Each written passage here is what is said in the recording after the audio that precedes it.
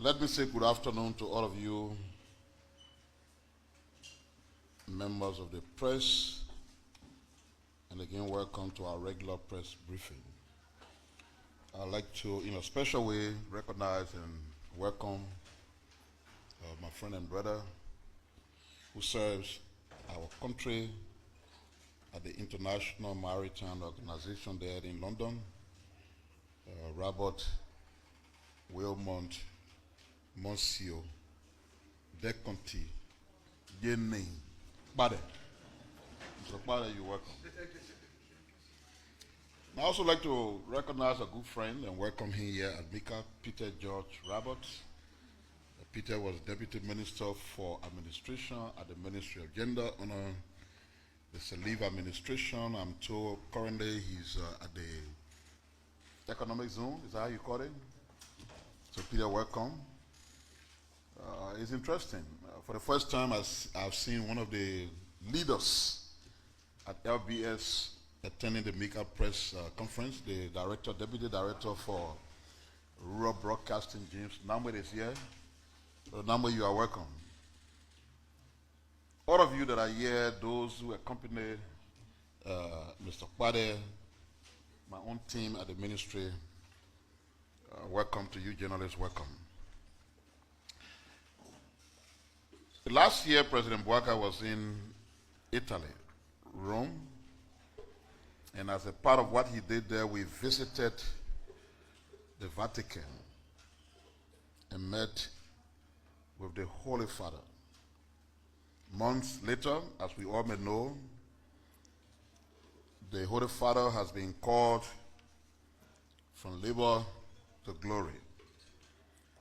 Moments ago, the President led some members of the cabinet at the Vatican Embassy in the Monrovia, Mamba Point to be specific, to sign the book of condolence.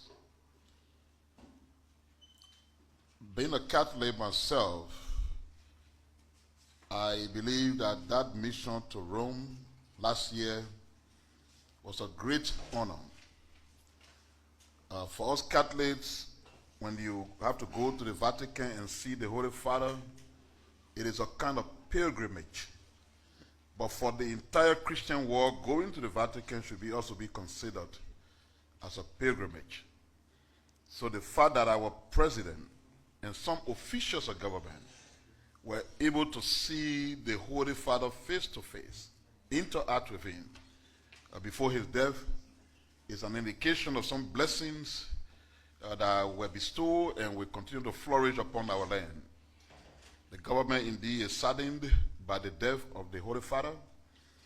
We pray that the church, the global Catholic Church as a whole, will be consoled by the words of the Holy Books, and that specifically our country mourns along with the Vatican on the passing of the spiritual head of the church. We, in a special way, want to say to the Catholic Church in Liberia our deepest condolences, and the government will continue to identify with the church as they prepare to hold a special memorial service on Saturday, 3 o'clock at the Sacred Heart Cathedral. There will be full representation of the government, as the government had a deep sense of admiration and respect for the Holy Father, and the government is also pleased with what the Catholic Church has been able to do in our country, Liberia. Yesterday we were driving towards the airport to receive the president. And sometimes we say these things because people got to be consistently reminded. A road project was started. Millions ditched out. That project did not go anywhere until President Bouaka was elected. We reinvigorated that entire process, and we've been expanding, making huge progress on that corridor. But it will interest you to note that some of the so-called works that were already done are being condemned. And as a result of that, many of the spots along that highway are being uprooted to be redone. Why am I mentioning this? This is a clear example of how people squander the resources of the country. You build roads with political intent. You want the people to see you doing something. And perhaps with the thought process that you will lead them into keeping you in power.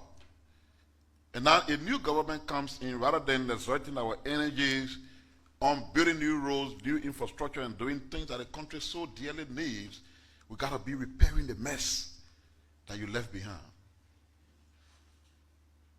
Some of you take upon yourselves, because the work is ongoing, and drive on the highway and see how many of the parts of the road are being removed to be redone, even though they were considered done, the contractors paid, but it was a waste of money.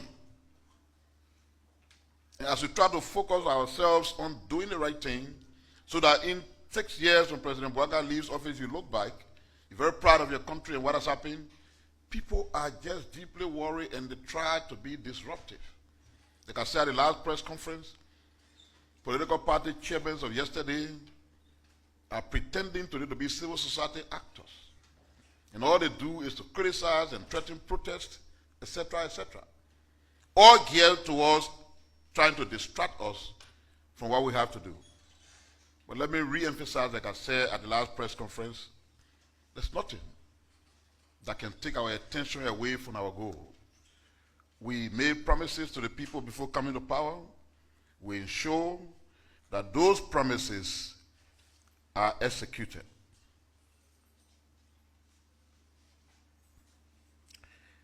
We yesterday listened to and witnessed what was the ruling from the Supreme Court on a bill of information that was brought before them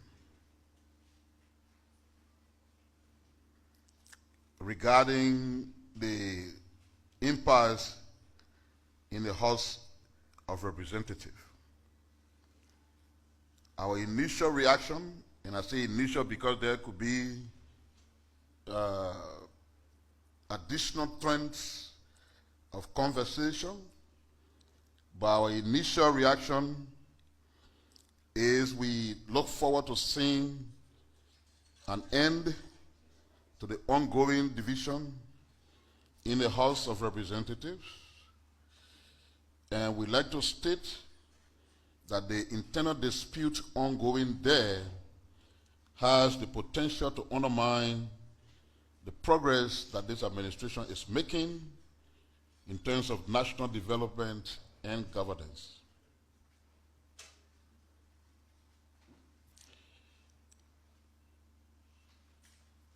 The government likes to reiterate the administration's commitment to the constitutional principle of one government with 3 and separate and coordinate branches of the government.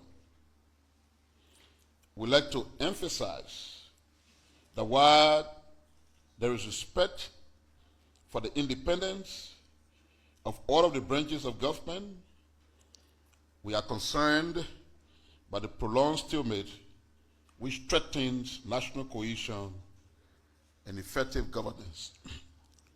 Consequently, we like to urge all parties to honor the rule of law and leverage the opinion as was heard from the court as a pivotal point for crafting a political solution to the issues within the House of Representatives.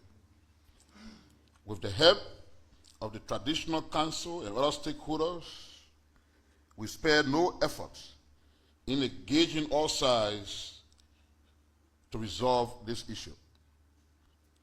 Now is the time for our elected lawmakers to put aside personal or political interests and return their full attention to the business of the Liberian people.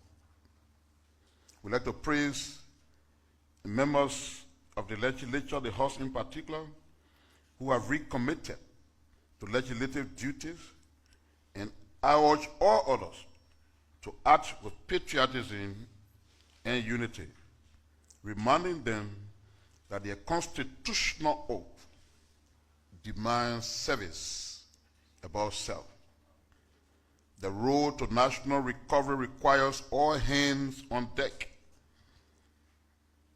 No singular interest must be allowed to outweigh our collective duty to the nation. The government expresses optimism that members of the House of Representatives will find common ground, refocus on delivering the promises of the arrest agenda for inclusive development. Like I said, these comments represent our initial comments on the opinion that we heard from the court, and what we said is consistent with our understanding with regards to what is going on.